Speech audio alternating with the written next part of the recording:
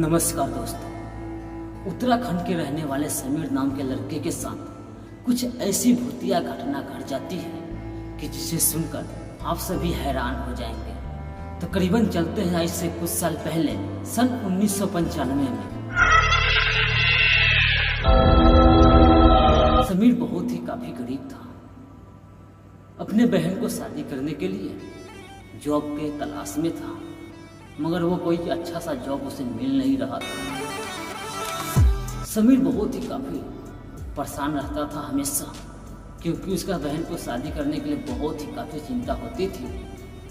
एक समय की बात है, अपने भाई राहुल से बोलता है, अरे राहुल, ऐसे तो काम चलने वाला है नहीं, मुझे कोई ना कोई जॉब करना ही पड़ेगा। ऐसा करते हैं कि कल सुबह हम निकलते हैं दिल्ली, वहाँ जाते हैं तो कोई ना कोई जॉब तो जरूर मिल जाएगी। तभी राहुल कहता है, ठीक है भैया।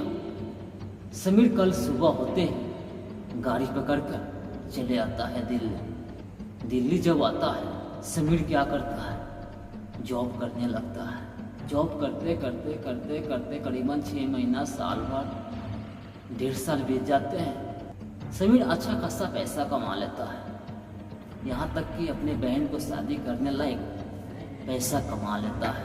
तभी राहुल का फोन जाता है कि भैया, आपको गया हुआ बहुत दिन हो गए, क्या घर नहीं आएंगे? तो समीर बोलता है, अरे भाई, कुछ दिन और इंतजार कर, कुछ पैसा और कमा लेते हैं, उसके बाद हम घर आ जाएंगे। करीबन 2 साल हो जाते हैं समीर के घर छोड़े हुए। उसको बहन बहुत ही काफ़ी याद करती है समीर को। ठीक 2 साल के बाद समीर अपने घर लौट कर आता है।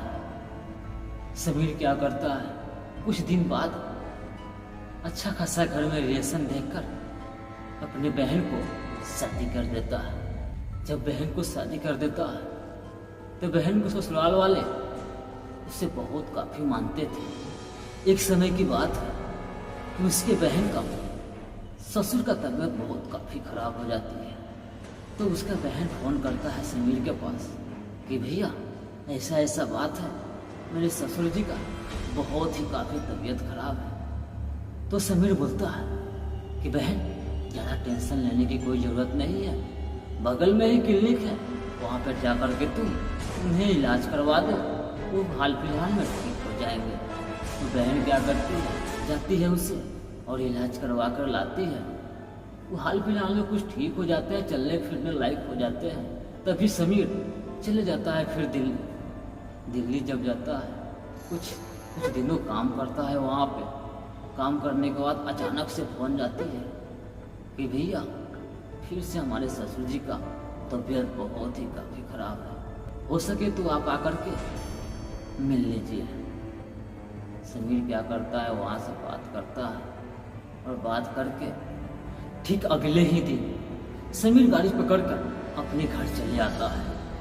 जब भैया घर पर चले आता है तो 2-4 दिन के बाद अपने बहन का घर जाता है। समीर और उसका भाई राहुल दोनों एक साथ ही जाते हैं। बहन को घर जा कर के बहन को देखते हैं तो बहन बहुत ही तकलीफ में रहती है। समीर का भी इस चीज़ का बहुत ही काफ़ी दुख होता है, क्योंकि उसका ससुर का बहुत ही काफ़ी तबीयत खराब रहता है। समीर बोलता है कि बहन, ज़्यादा टेंशन लेने की कोई ज़रूरत नहीं है, हम लोग आ चुके हैं, करीबन 7-8 बजे के करीब में पहुँचते हैं, रात हो चुकी रहती है, हालांकि सभी लोग सो जाते हैं। समीर को वहाँ पे नींद नहीं आ रही, उसको न बहुत काफ़ी चिंता सता रही थी कि इसका ससुर जी कैसे भी तरह ठीक हो जाए। इस चीज़ का चिंता बहुत ही काफ़ी सता रही थी समीर को, उसे नींद नहीं आ रही थी। वो अपने बिस्तर पर लेटे लेटे लेटे करीबन 12-1 बज जाती है, लेकिन समीर को नींद नहीं आ रही थी। तभी अचानक से एक गाड़ी आता है और गेट के सामने जाकर भैया जब गेट के सामने रोक देता है, हाई फाई गाड़ी होती है। उस जमाने में 4 व्हीलर बहुत ही काफ़ी महंगी मिलती थी। समीर बोलता है, अरे भाई, इतनी रात यहाँ पे गाड़ी लेकर कौन खड़ा कर दिया और इस गेट के सामने? समीर कुछ नहीं बोलता है, चुपचाप देखते रहता है। उस गाड़ी से पीछे से एक काली ड्रेस पहनी हुई एक औरत निकलती है। समीर उसे देखकर चौंक जाता है कि अरे भैया, इतनी रात गए, ये औरत अभी यहाँ पे क्या कर रही है। समीर देखते ही रहता है। तभी वो औरत सोना के ससुर के पास धीरे धीरे धीरे करके आगे बढ़ने लगता है। समीर से देखा नहीं जाता और समीर फटाक से उठकर जाकर उसे बोलता है, कौन हो तुम और इतनी रात यहाँ पे क्या कर रही हो, जाओ यहाँ से। वो औरत क्या करती है, वहाँ से लौटकर फिर से उस गाड़ी में जाकर बैठ जाती है। जब बैठ जाती है तो बगल में एक लाइट बढ़ रही थी। समीर देखता है कि उस गाड़ी में ड्राइवर तो है ही नहीं, तो फिर ये गाड़ी कौन चला रहा था। समीर को बहुत काफी डर लगता है और वो गाड़ी वहाँ से आगे मुझे बढ़ने लगती है। समीर क्या करता है, फिर से जाकर के अपने बिस्तर पर सो जाता है।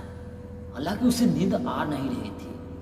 ठीक 10 मिनट बाद फिर से वही गाड़ी आकर के अचानक से उसी गेट के सामने रोक दी। फिर वो वही औरत गाड़ी के पीछे से निकलती है और सोना के ससुर की तरफ बढ़ने लगती है। धीरे धीरे धीरे धीरे करके बढ़ने लगती है। समीर से फिर से देखा नहीं जाता और समीर फिर से उठकर जाता है उसके पास और अब की बार भैया इतना डांट के बोलता है ना कि वो औरत उसे घूरना आकर देखने लगती है। और औरत क्या करती है, फिर से गाड़ी में जाकर के बैठ जाती है और झटाक से गाड़ी आगे बढ़ने लगता है। समीर क्या करता है, फटाक से आगे आता है और देखता है कि भैया इतना जल्दी गाड़ी इसी जगह था। दोनों साइड देखता है, इतना जल्दी गाड़ी गया कहाँ। समीर क्या करता है, आगे पीछे देखकर आकर के फिर से सो जाता है।